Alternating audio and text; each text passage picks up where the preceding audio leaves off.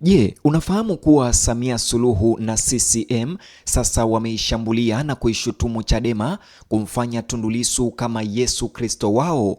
Uongozi wa CCM sasa unadai kuwa Tundu Lissu amepewa sifa zote za Yesu Kristo na Nabii Isa. Lakini kwa nini CCM ya Samia Suluhu inasema hivi? Na nini kimepelekea Tundu Lissu kuonekana kama Yesu au Nabii Isa? Na kwa nini Chadema washambuliwe kwa suala hili? Like video hii, subscribe na hakikisha mtazamaji umesubscribe na kubonyeza alama ya kengele kabla tusonge mbele. Mjadala mpya wa kisiasa umeibuka nchini Tanzania muda huu baada ya viongozi wakuu ndani ya Chama cha Mapinduzi CCM kinachoongozwa na Rais Samia Suluhu kukosoa vikali leo kile wanachoeleza kuwa ni tabia mbaya inayoendelea miongoni mwa baadhi ya viongozi na wafuasi wa Tundu Lissu ndani ya Chadema kumwonyesha mwenyekiti wao wa upinzani Tundu Lissu kwa sura au sifa zinazofanana na watu maarufu wa kidini kama Yesu Kristo na Nabii Isa. Maoni hayo yameongeza sura mpya katika hali ya kisiasa tayari inayomzunguka Tundu Lissu ambaye mabishano yake ya kisheria, kufungwa jela na kuendelea kuwa na ushawishi wa kisiasa Tanzania kumetawala mijadala ya kitaifa katika miezi ya hivi karibuni. Katikati ya mzozo huu wa hivi punde ni katibu mkuu wa mrengo wa wazazi wa CCM, uongozi wa CCM, Ali Salum Hapi, ambaye amehoji hadharani matumizi ya ulinganisho wa dini na sifa za kidini katika mijadala ya kisiasa.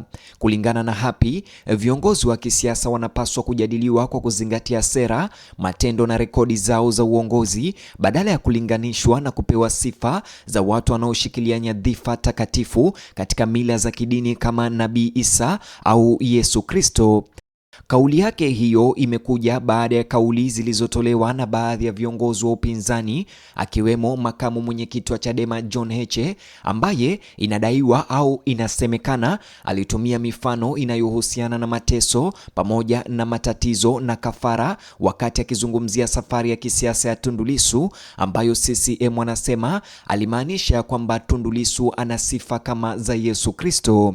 Kwa viongozi wa CCM ulinganisho huo ulivuka mipaka. CCM wanasema kwamba watu mashuhuri wa kidini kama vile Yesu Kristo au Nabii Isa wanachukua nafasi ya pekee katika imani ya mamilioni ya watu na hawapaswi kutumiwa kama marejeo katika vita vya kisiasa au sifa zao kupatiwa viongozi wa kisiasa bila kujali hali zinazokabili mwanasiasa yoyote. Maoni hayo kutoka CCM mara moja yamezua mjadala mkubwa katika nyanja ya kisiasa ya Tanzania. Wafuasi wa CCM walikubaliana kwa kiasi kikubwa na msimamo kutoka CCM, msimamo wa Ali Hapi. Wengi walisema kwamba siasa zinapaswa kubaki tofauti na dini na kwamba kuingiza ishara za kidini ama ishara na sifa za Yesu katika masimulizi ya kisiasa kunaweza kusababisha migawanyiko isiyo ya lazima kati ya raia wa Tanzania. Baadhi ya wafuasi wa CCM wamekwenda mbali zaidi wakidai kuwa baadhi ya vyama vya upinzani vimezidi kujenga utamaduni wa kisiasa kuhusu utu na sifa za Tundu Lissu badala ya kuegemea itikadi za vyama au mapendekezo ya sera. Kwa wakosoaji, kuendelea kulenga matatizo ya kisheria ya Tundu Lissu, kufungwa gerezani na jaribio la mauaji la kupigwa risasi la hapo awali kumeibua kile wanachoeleza kuwa ni vuguvugu la kisiasa la kihisia linalomhusu mtu mmoja, Tundu Lissu. Kwa mtazamo wao, mwelekeo huu unahatarisha kubadilisha uungwaji mkono wa kawaida wa kisiasa kuwa kitu kikubwa zaidi na cha ishara zaidi. Hata hivyo, wafuasi wa Chadema walikanusha vikali shutuma hizo za kwamba wanampatia Tundu Lissu sifa za Yesu Kristo. Wanachama wengi wa upinzani wanasema kwamba marejeo ya mateso au dhabihu za Tundu Lissu hayapaswi kutafsiriwa moja kwa moja kama majaribio ya kumfananisha au kumpa sifa Tundu Lissu za Yesu Kristo. Badala yake wanasisitiza kuwa lugha kama hiyo inalenga kueleza changamoto ambazo amekumbana nazo Tundu Lissu katika miaka yake yote ya kisiasa na wala hawana nia ya kumfanya Tundu Lissu Yesu au Nabii Isa.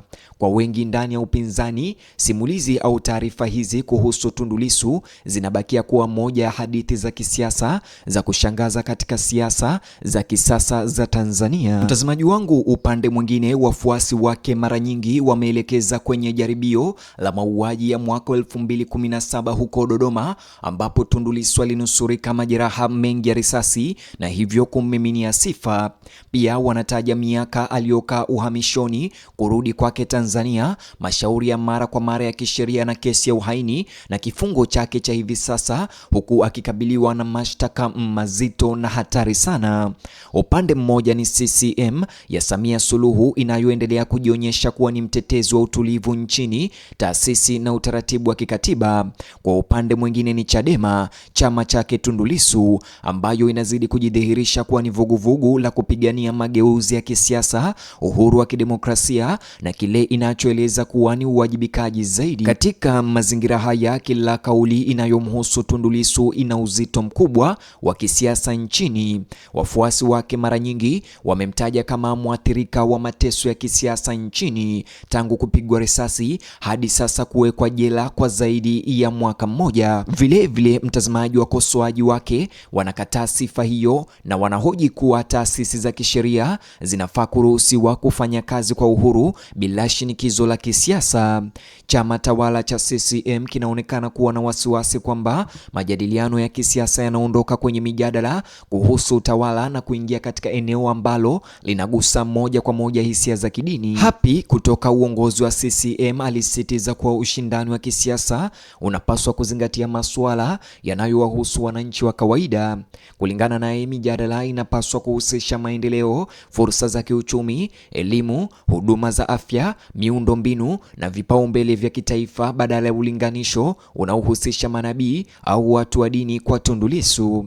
Ujumbe wake uliwasilishwa kama onyo dhidi ya kile anachokiona kuwa mwenendo hatari unaozidi kuongezeka Chadema. Wakati huo, mtazamaji wangu, wakati wa maoni ni muhimu zinakuja wakati Tundu Lissu akiwa miongoni mwa watu wanaozungumziwa sana katika siasa za Tanzania.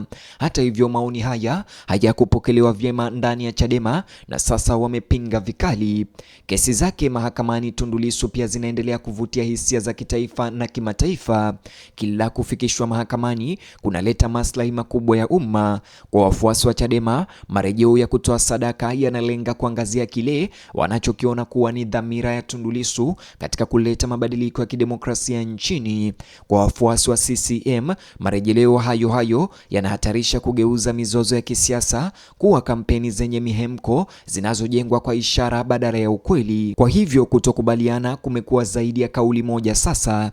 Mtazamaji, hii imebadilika na kuwa mabishano mapana kuhusu jinsi viongozi wa kisiasa wanapaswa kujadiliwa katika maisha ya umma na kama sifa zao zinaingiana na viongozi wa kidini. Lakini mtazamaji, je, wanasiasa wanapaswa tu kutazamwa tu kwa mtazamo wa sera na utawala, au ni kawaida kwa wafuasi kutumia lugha ya kihisia na sifa na ishara wakati wa kujadili viongozi wanaowavutia? Maswali hayo yanabakia kwa kiini cha mjadala. Wakati mabishano hayo yakiendelea, jambo moja linabaki wazi. Mtazamaji, Tundu Lissu anaendelea kushikilia nafasi kubwa katika mazungumzo ya kisiasa Tanzania. Kwa sasa hakuna upande unaoonekana kuwa tayari kurudi nyuma, si CCM wala Chadema. CCM upande wao wanasisitiza viongozi wa kisiasa kamwe wasifananishwe na watu wa dini kama Yesu. Wafuasi wa Chadema wanashikilia kwa kueleza mapambano na sifa ya Tundu Lissu haimaanishi kumwabudu au kumfananisha na Yesu Kristo.